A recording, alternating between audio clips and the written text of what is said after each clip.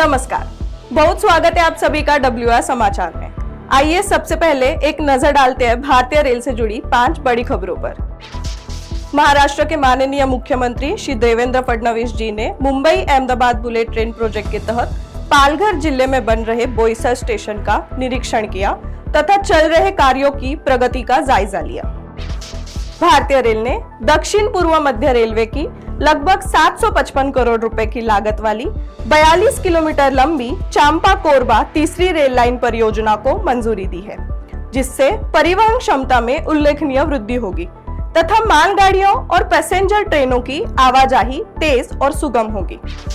भारतीय रेल ने पूर्व तटीय रेलवे के लगभग 631 रूट किलोमीटर क्षेत्र में 270 करोड़ रुपए की लागत वाली कवच प्रणाली को लागू करने की मंजूरी दी है, जिससे ओडिशा और आसपास के क्षेत्रों के प्रमुख रेलखंडों में यात्री एवं मालगाड़ियों के परिचालन को अधिक सुरक्षित और सुगम बनाया जा सकेगा।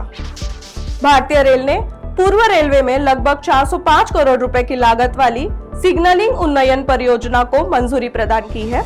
इसके तहत 32 स्टेशनों पर रिले आधारित इंटरलॉकिंग सिस्टम को इलेक्ट्रॉनिक इंटरलॉकिंग सिस्टम से प्रतिस्थापित किया जाएगा। वेस्टर्न डेडिकेटेड फ्रेट कॉरिडोर ने ऐतिहासिक उपलब्धि हासिल करते हुए JNPT से पहली बार डबल स्टैक कंटेनर रेक का सफलतापूर्वक परिचालन किया है।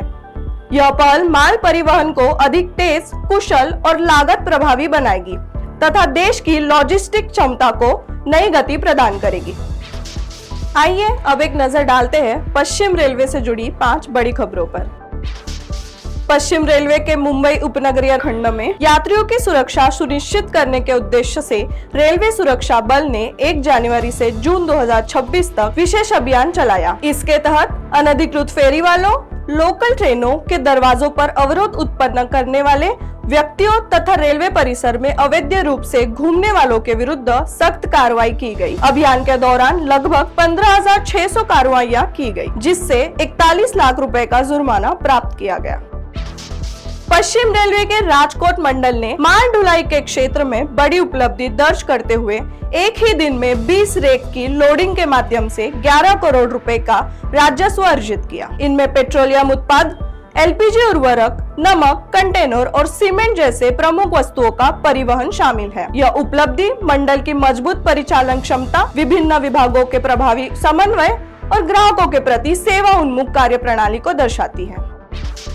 उज्जैन सिंहस्थ 2028 के दौरान श्रद्धालुओं को सुरक्षित, सुगम और सुविधाजनक रेल यात्रा उपलब्ध कराने की दिशा में पश्चिम रेलवे के रतलाम मंडल द्वारा डॉक्टर अंबेडकर नगर खांडवा ब्रॉडगेज परियोजना के अंतर्गत नवनिर्मित ओंकारेश्वर रोड रेलवे स्टेशन को यात्रियों की आधुनिक आवश्यकताओं को ध्यान में रखकर विकसित किया जा रहा है। रतलाम मंडल का यह पहला स्टेशन है जहां फुट ओवर ब्रिज के स्थान पर सुविधाजनक सबवे बनाया गया है, जिससे वरिष्ठ नागरिकों एवं दिव्यांगजनों तथा सामान लेकर यात्रा करने वाले यात्रियों को विशेष सुविधा मिलेगी। पश्चिम रेलवे के भावनगर मंडल ने गिर अभयारण्य में एशियाई शेरों एवं अन्य वन्यजीवों को सुरक्षित आवाजाही सुनिश्चित करने के हेतु प्रथम अंडरपास का निर्माण कार्य पूरा कर लिया है। लगभग 10 करोड़ रुपए की लागत से विकसित यह संरचना वन्यजीवों के लिए सुरक्षित मार्ग उपलब्ध कराकर मानव वन्यजीव संघर्ष को कम करने और शून्य दुर्घटना के लक्ष्य को प्राप्त करने में सहायक सिद्ध होगी। इसके साथ ही ठसा राजुला तथा राजुला पिपावाव रेलखंड पर 5 संवेदनशील स्थलों की पहचान की गई है, जहां इसी तरह के विशेष अंडरपासों का निर्माण किया जा रहा है। यात्रियों को स्टेशन से अपने गंतव्य तक सुरक्षित, सुविधाजनक और किफायती परिवहन उपलब्ध कराने की दिशा में महत्वपूर्ण कदम उठाते हुए राजकोट रेलवे स्टेशन की सर्कुलेटिंग एरिया में रैपिडो काउंटर की सुविधा शुरू की गई है। इससे यात्री स्टेशन परिसर से ही बाइक, ऑटो या कैब की बुकिंग कर अपने गंतव्य की ओर प्रस्थान कर सकेंगे। इसके साथ ही WR समाचार का सफर यही समाप्त होता है। अगले सप्ताह फिर मुलाकात होगी रेलवे से जुड़े नए अपडेट्स के साथ। तब तक के लिए बने रहे WR समाचार के साथ। धन्यवाद।